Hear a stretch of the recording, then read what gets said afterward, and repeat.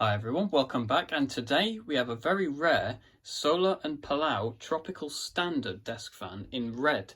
Now this is a 16-inch fan with a 60-watt motor, so a very healthy combination of power. And what's interesting about this fan is it actually has a variable resisting adjustment for the oscillation. So if you undo this clasp here, you can actually manually position the fan to which degree of oscillation you would like it to oscillate. So say we had it positioned this way, if we then turn the fan on,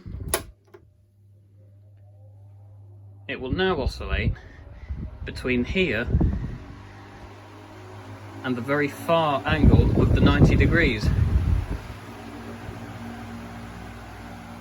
So as you can see there, it has a much wider oscillation beam than most fans would. God, I forget how powerful it is on setting 3. It's like a whirlwind in here. But yes, it's a very rare fan. I've not seen many of these around. It's got a very nice little design here. The S&P logo there with Tropical Standard. It does want a little bit of a clean-up, this fan, but it's in overall very good condition. It's got the interrupter buttons, as it calls them there, rather than just your standard piano key switchboard. But yes, it's a very heavy fan as well. I mean, the metal blades give it quite a substantial amount of weight, and the motor is quite sizable around the back, as you can see there. I mean, we're talking about twice as heavy as the Rax 16-inch fan that I have here. Now, that could be something to do with the internals inside, because it is a very, very sturdily built fan. So you have this big grab handle around the back to lift it up and down by. Whereas with this one, you really only need a little bit of something to just put your fingers underneath. But it's certainly the heaviest fan, without a doubt, that I've ever encountered. I mean, it's heavier than most of my pedestal fans, to put it into perspective. So yeah, it's really quite a weighty piece of kit, this. Now I'll put the oscillation back to the normal position, and I'll just tighten it up there so you can see. And now that it's back in the normal position, we'll start it up on low, so you can see the really nice contrast of speeds that this fan actually possesses.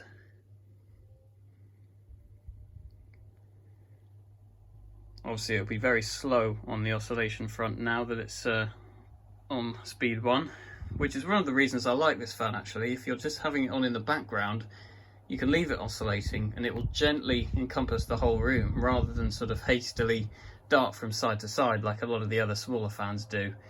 I know the little Electro Star here has trouble with the oscillation, but it would be quite a fast moving one, just like the Pifco over here if it was working.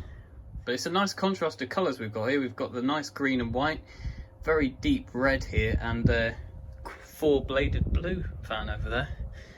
And of course the translucent blades of the Rax, but I just got that out to sort of illustrate the differences between the 16-inch models. Especially in weight. I mean, I just cannot get over how heavy this fan is. Genuinely, it must weigh about 30 kilograms or something. It's madness. Anyway, we'll check out setting 2 from the interrupter. Gently still gaining speed. It's because of those blades, I think. The blades are the heaviest part of this fan, without a doubt. But because of that, it really doesn't compromise on airflow. It's one of the strongest blowing fans I've got. And onto high speed. Unleashing the full 60-watt motor.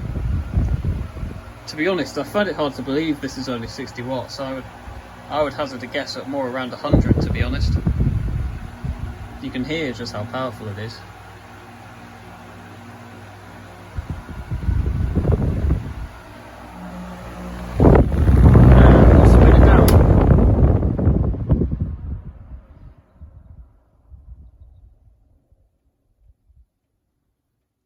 And bearing in mind this is a spin down with the oscillation engaged, so it will probably take a little bit of the time off it.